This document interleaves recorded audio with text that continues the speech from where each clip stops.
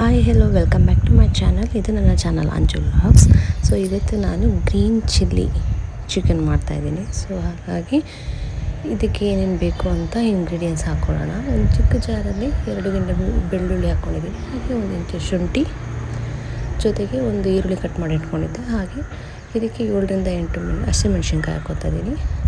ಹಾಗೆ ಸ್ವಲ್ಪ ಕೊತ್ತಂಬರಿ ಸೊಪ್ಪು 1 ಹಿಡಿಯಷ್ಟು, ಹಾಗೆ ಅದೇ ಸಮವಾಗಿ 1 ಹಿಡಿಯಷ್ಟು ಪುದೀನ ಹಾಕ್ಕೊತಾ ಇದ್ದೀನಿ. ಅದು ಗ್ರೈಂಡ್ ಮಾಡಿ ಇಟ್ಕೊಂಡು ನಂತರ 3 ಈರುಳ್ಳಿನ ಫ್ರೈ ಮಾಡೋದಕ್ಕೆ ಕಟ್ ಮಾಡಿ ಇಟ್ಕೊಂಡು ಸಣ್ಣದಾಗಿ. ಈಗ ಒಂದು ಬಾಣಲಿಗೆ ಸ್ವಲ್ಪ ಎಣ್ಣೆ, 1 ಕಪ್ ಆಗುವಷ್ಟು ಎಣ್ಣೆ ತೊಗೊಂಡಿದ್ದೀನಿ. ಇದಕ್ಕೆ ಸ್ವಲ್ಪ ಸೋಂಪು ಕಾಳು, ಹಾಗೆ 2 ಏಲಕ್ಕಿ, 2 ಕಲ್ಲು ಹೂವು ತೊಗೊಂಡೋಗಿದ್ದೀನಿ. ಸ್ವಲ್ಪ ಎಣ್ಣೆ ಕಾದ ನಂತರ ಹಾಕಿ ಫ್ರೈ ಮಾಡಿಕೊಂಡು ನಂತರ ಕಟ್ ಮಾಡಿ ಇಟ್ಕೊಂಡಿದ್ದಂಥ ಈರುಳ್ಳಿನ ಹಾಕಿ ಬಾಣಲಿಯಲ್ಲಿ ಮಿಕ್ಸ್ ಮಾಡಿಕೊಡೋಣ ಚೆನ್ನಾಗಿ.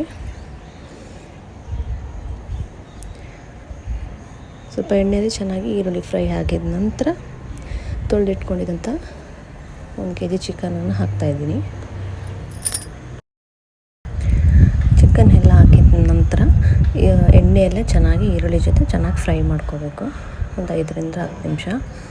ಹಾಗೆ ಸ್ವಲ್ಪ ಕಮ್ಮಿ ಉರಿಯಲ್ಲಿ ಇಟ್ಟು ಚೆನ್ನಾಗಿ ಫ್ರೈ ಮಾಡ್ಕೊಳ್ಳಿ, ತಳ ಹಿಡಿಬಾರ್ದು.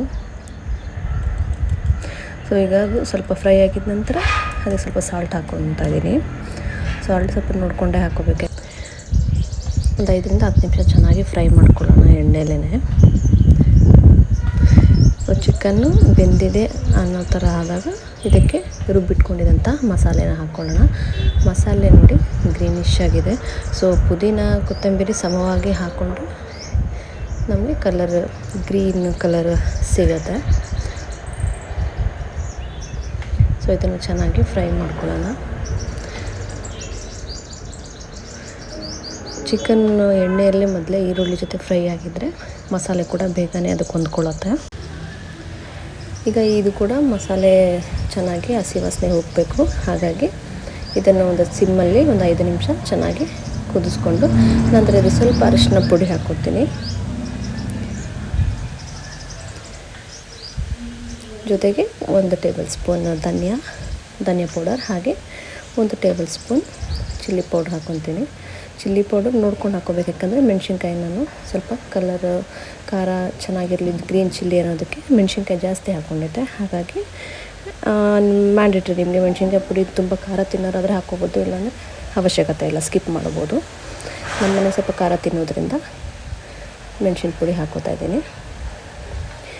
ಹಾಕ್ಕೊಳ್ಳದೆ ನೋಡಿಕೊಂಡು ಹಾಕ್ಕೊಳ್ಳಿ. ಸೊ ಎಲ್ಲ ಚೆನ್ನಾಗಿ ಮಿಕ್ಸ್ ಆದಮೇಲೆ ಸ್ವಲ್ಪ ಹೊತ್ತು ಕುದಿಯೋಕ್ಕೆ ಬಿಟ್ಟರೆ ಗ್ರೀನ್ ಚಿಲ್ಲಿ ರೆಡಿ ಆಗುತ್ತೆ. ನೋಡಿ, ಇದು ಚಪಾತಿಗೂ ಚೆನ್ನಾಗಿರುತ್ತೆ, ಹಾಗೆ ರೈಸ್ ಕೂಡ ತುಂಬ ಚೆನ್ನಾಗಿರುತ್ತೆ, ಮುದ್ದೆಗೂ ಕೂಡ ಚೆನ್ನಾಗಿರುತ್ತೆ ಕಾಂಬಿನೇಷನ್ನು. ಸಿಂಪಲ್ಲಾಗಿ ಗ್ರೇವಿ ಟೈಪಲ್ಲೂ ಇರುತ್ತೆ, ಹಾಗೆ ಡ್ರೈ ಕೂಡ ಮಾಡ್ಕೋಬೋದು, ತುಂಬ ಚೆನ್ನಾಗಿರುತ್ತೆ. ಬಟ್ ನನಗೆ ಇವತ್ತು ಮನೆಯಲ್ಲಿ ಎಲ್ಲರೂ ತುಂಬ ಜನ ಇರೋದ್ರಿಂದ ಸ್ವಲ್ಪ ಗ್ರೇವಿ ಟೈಪಲ್ಲಿ ಇರಲಿ ಅಂತ ಮಾಡ್ಕೋತಾ ಇದ್ದೀನಿ.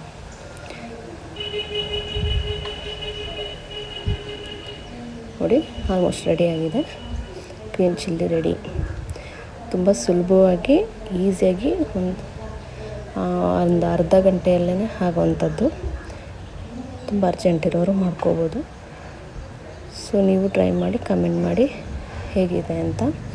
ಸೊ ಫೈನಲಿ ಸ್ಟವ್ವಿಂದ ಇಳಿಸಿದ್ಮೇಲೆ ಒಂದು ಅರ್ಧ ನಿಂಬೆ ಹಣ್ಣನ್ನು ಹಿಂಡ್ಕೊಳ್ಳಿ. ಆಮೇಲೆ ಸರ್ವ್ ಮಾಡಿದ್ರೆ ತುಂಬಾ ಚೆನ್ನಾಗಿರುತ್ತೆ, ತುಂಬ ಇಷ್ಟಪಟ್ಟು ಮನೆಯಲ್ಲಿ ತಿಂತಾರೆ. ಸೊ ಹೇಗಿತ್ತು ಅಂತ ಟ್ರೈ ಮಾಡಿ ಕಮೆಂಟ್ ಮಾಡಿ, ಹಾಗೆ ಲೈಕ್ ಮಾಡಿ, ಶೇರ್ ಮಾಡಿ, ಸಬ್ಸ್ಕ್ರೈಬ್ ಮಾಡೋದನ್ನ ಮರಿಬೇಡಿ. Thank you so much for watching. Keep watching. Thank you.